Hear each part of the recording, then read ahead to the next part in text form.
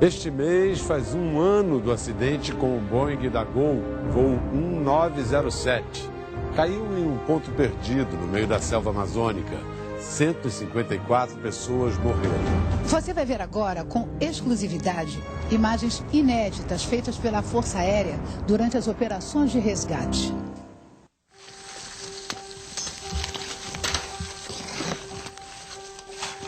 Mata fechada. Calor insuportável. Perigo de contaminação. Ataques de abelhas. Foi essa a rotina dos homens, na grande maioria militares, que participaram do resgate do voo 1907. Uma operação de 54 dias, que chegou a envolver mais de 800 pessoas e começou no fim da tarde de sexta-feira, 29 de setembro de 2006. Com 7 pessoas a bordo, um jatinho Legacy voava de São José dos Campos a Nova York. Um Boeing 737 da Gol ia de Manaus para Brasília. Ambos na mesma altitude, 37 mil pés, pouco mais de 11 quilômetros. Às 5 da tarde, eles se chocaram. A ponta da asa esquerda do Legacy arrancou um pedaço da asa esquerda do Boeing. O avião da Gol perdeu sustentação, rodopiando, se despedaçou antes de tocar o solo. O tempo de queda dos destroços foi em média 1 minuto e 4 segundos. E a distância entre o ponto da colisão e a área onde se acharam os destroços foi de cerca de 5 quilômetros, ou seja, uma trajetória praticamente vertical. Mesmo danificado na asa e no lado esquerdo da cauda, o Legacy conseguiu fazer um pouso de emergência na base aérea da Serra do Cachimbo, sul do Pará. Quando acontece um acidente grande, como o do voo 1907, os primeiros a serem acionados são os paraquedistas especializados em busca e resgate do PARASAR, da Força Aérea Brasileira. O sargento Frade foi o primeiro militar a chegar ao local do acidente. Sargento, como é que o senhor chegou lá? Chegamos na fazenda primeiro, chegamos de paraquedas, porque não tínhamos certeza se o avião podia pousar. Soltamos a equipe, e após isso embarcamos no helicóptero e fomos para o local do acidente. A fazenda onde os paraquedistas desceram é a Jarinã, que fica a cerca de 40 quilômetros do local da queda. Ela se tornou a central de operações. Os militares do PARASAR ficam no Rio de Janeiro. Quando foram convocados, logo depois do acidente, esses militares começaram a ser transportados para a base aérea de Cachimbo. Era a instalação da FAB mais próxima do acidente, a mesma onde o Legacy conseguiu pousar.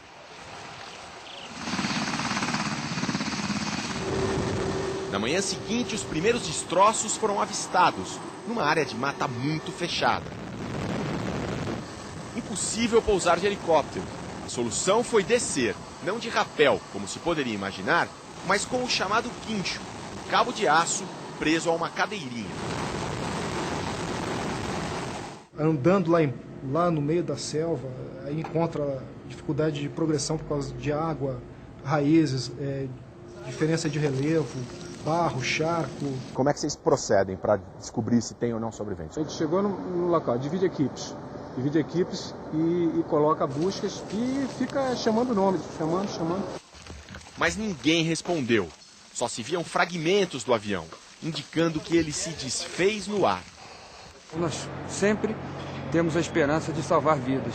À medida que notava que a operação não seria de salvamento, mas de rescaldo, o pessoal do PARASAR tomava contato com as dificuldades da selva.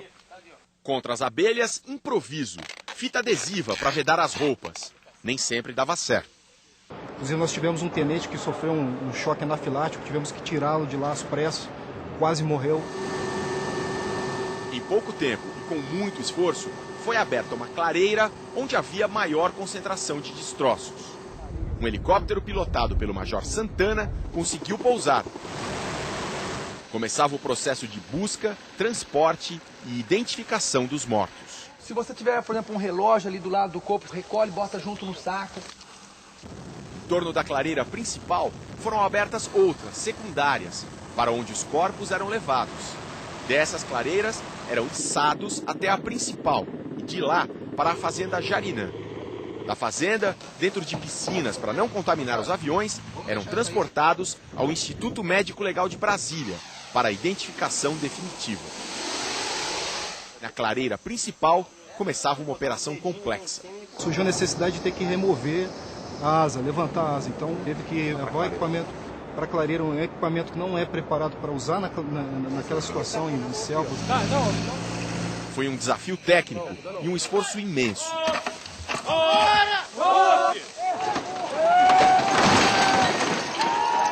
4 corpos estavam embaixo da asa. Nos caminhos entre a clareira principal e as secundárias, tristes descobertas. Mal dava para perceber que aquele monte de metal retorcido era uma das turbinas. A outra turbina, igualmente em pedaços.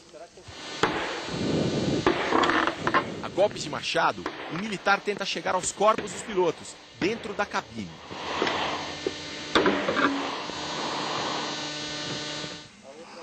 Da fuselagem não sobrou quase nada.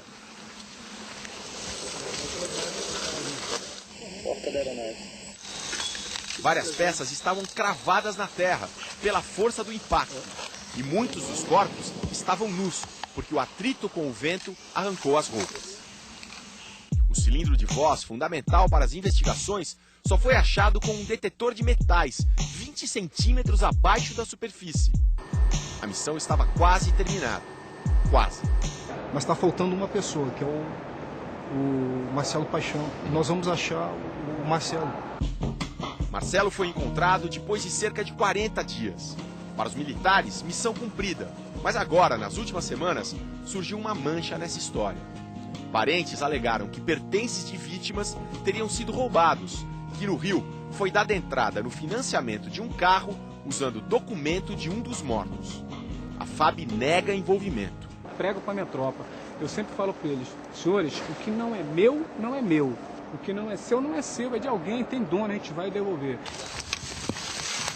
Da carga total de 4.000 quilos no avião da Gol, só foram recuperados 1.600.